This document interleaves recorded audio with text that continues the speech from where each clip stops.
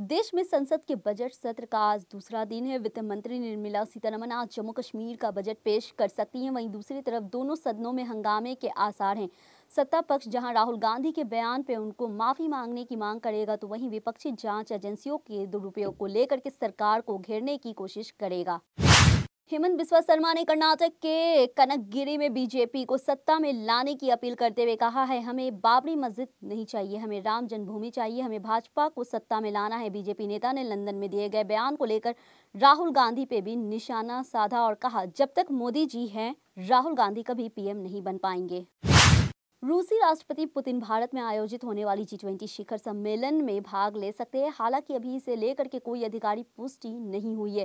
Kremlin के प्रवक्ता Dmitry Peskov से जब इस बारे में पूछा गया कि क्या सितंबर में भारत में शिखर सम्मेलन में पुतिन की भागीदारी पर विचार किया जा रहा है, तो उन्होंने कहा कि इसे इनकार नहीं किया जा सकता। भोपाल गैस में पीड़ितों के लिए मुआवजे की राशि को बढ़ाने को लेकर के आज सुप्रीम कोर्ट केंद्र सरकार की क्यूरेटिव याचिका पे फैसला सुनाएगा। दरअसल यूसीसी की उत्तराधिकारी फार्मों से 7,400 करोड़ रुपए के अतिरिक्त मुआवजे की मांग को लेकर के दायर क्यूरेटिव पिटीशन पे कोर्ट अपना फैसला सुनाएगा।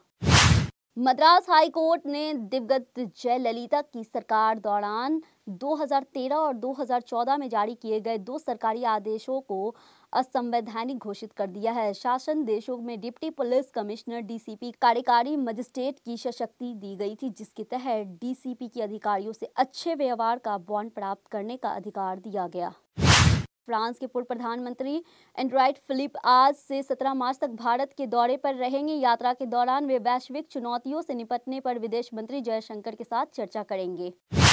अशोक गहलोत ने मोदी सरकार से राइट टू सोशल सिक्योरिटी का कानून बनाने की अपील की है। उन्होंने कहा है, मैं मोदी सरकार से अनुरोध करता हूं कि राइट टू सोशल सिक्योरिटी एक कानून बनाए। इसमें हर राज्य में सबको समान पेंशन मिलेगी। अभी पेंशन योजना राज्य सरकार 12,000 करोड़ रुपए दे रही है, जबकि केंद्र सरकार महज 3 करोड़ रुपए दे रही है।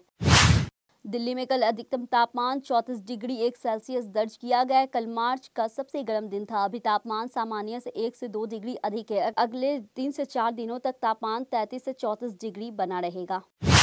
एक बार फिर से मौसम में बदलाव देखने को मिल रहा है। मौसम विभाग का अनुमान है कि वेस्टर्न डिस्टर्ब के कारण पश्चिम हिमालय में क्षेत्र आसपास के मैदानी इलाकों में बारिश हो सकती है। वहीं 15 से 17 मार्च 2023 के दौरान दक्षिण मध्य और पूर्वी भारत में बारिश की संभावना है। सुप्रीम कोर्ट ने सोमवार को उत्तराखंड सरकार से 19 वर्षीय अंकिता भंडारी मर्डर केस में की गई जांच पे अभी तक स्टेट रिपोर्ट दाखिल करने को कहा है। जस्टिस KM जोसेफ और BV नागरत्न की पीठ ने अंकिता भंडारी के परिवार के सदस्यों की तरफ से दायर याचिका पर सुनवाई करते हुए ये आदेश दिया। अंकिता भंडारी ऋषिकेश के पास वनतारा रिजॉर्ट में एक रिसेप्शनिस्ट के रूप में काम करती थी। आरोप है कि उसके मालिक पुलकित आर्या भाजपा नेता विनोद आर्या के बेटे और उनके 2 साथियों ने मिलकर अंकिता की हत्या कर दी थी। तब ये सामने आया था कि अंकिता की हत्या सिर्फ इसलिए की गई थी क्योंकि उसके VIP गेस्ट को अतिरिक्त सेवा देने से इनकार कर दिया था। अंकिता भंडारी की हत्या के बाद आरोपी पर कार्रवाई की मांग को लेकर के हुए विरोध प्रदर्शन के बीच विनोद आर्या को भाजपा से निष्कासित कर दिया गया था। सुनवाई के दौरान याचिकाकर्ताओं के वकील ने जांच के तरीके पर कई सवाल उठाए और दावा किया है कि राज्य पुलिस की ओर से की गई जांच में कई खामियां थी।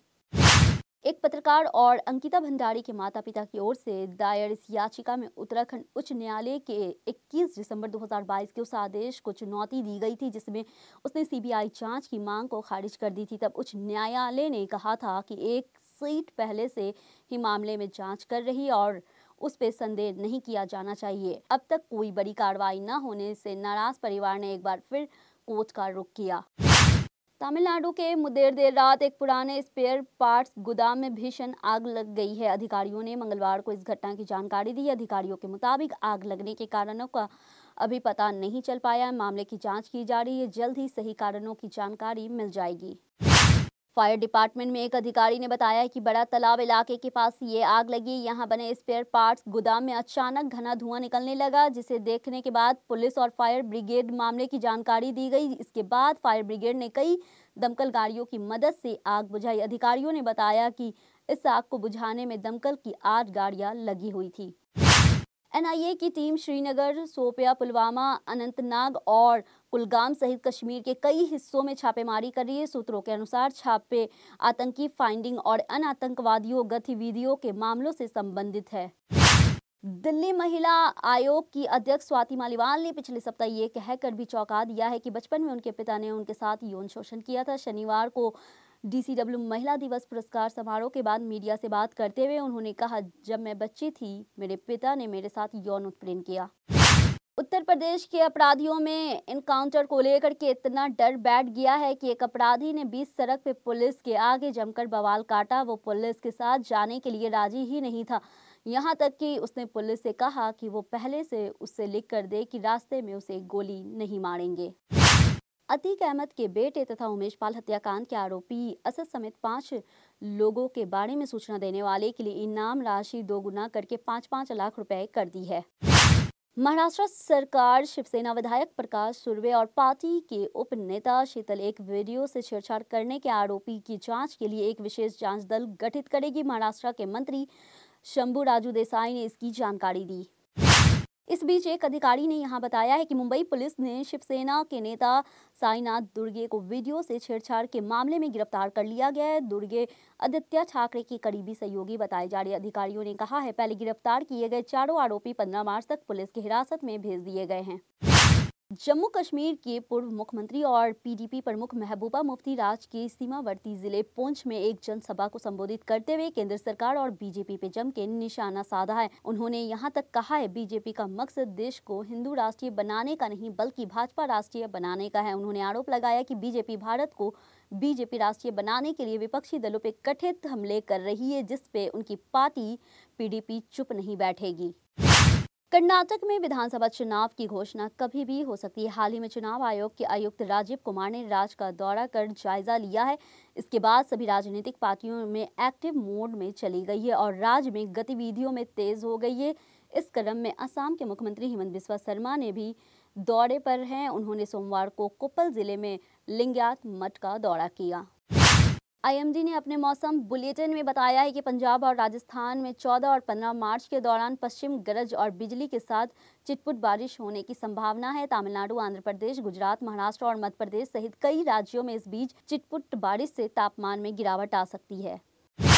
वहीं तमिलनाडु, आंध्र प्रदेश, तेलंगाना, कर्नाटक, गुजरात, महाराष्ट्र, मध्य प्रदेश, छत्तीसगढ़, बिहार, ओडिशा, पश्चिम के हिस्सों में भी छिटपुट और तेज बारिश की अनुमान है। पहाड़ी राज्यों की बात करें तो 16 और 17 मार्च 2023 को जम्मू कश्मीर, लद्दाख, बलिस्तान और मुजफ्फराबाद, हिमाचल प्रदेश, उत्तराखंड, पंजाब, हरियाणा, उत्तर प्रदेश में तेज बारिश हो सकती है। अयोध्या में भव्य राम मंदिर निर्माण कार्य तेजी से चल रहा है, जिसके लिए लोग दिल खोल कर दान कर रहे हैं। इस बीच भव्य राम मंदिर निर्माण के लिए दिए जाने वाले नगद चंदे भी बढ़ोतरी हुई है। पूजा पाल को सीबीआई कोर्ट ने स्थानीय सुरक्षा देने का निर्देश दिया है। पूजा पाल ने अपनी सुरक्षा को लेकर के सीबीआई कोर्ट में अर्जी लगाई है। राजूपाल हत्याकांड में पूजा गवाह है। कोर्ट ने अफसरों से गवाहों की सुरक्षा को लेकर के जवाब तलब किया है। दिल्ली से पटना लौटे तेजस्वी यादव ने केंद्र सरकार पर निशाना साधा है। तेजस्वी यादव ने कहा कि बिहार में महागठबंधन की सरकार बनाने के लिए फिर से रेड शुरू हो गई। हर दिन तेल की कीमतों में उतार चढ़ाव होता रहता है। आज मंगल को बिहार के कई जिलों में पेट्रोल डीजल की नई कीमतें में बदलाव हुआ है। कुछ जिलों में दाम बढ़ते हैं तो कहीं दाम घटते हैं।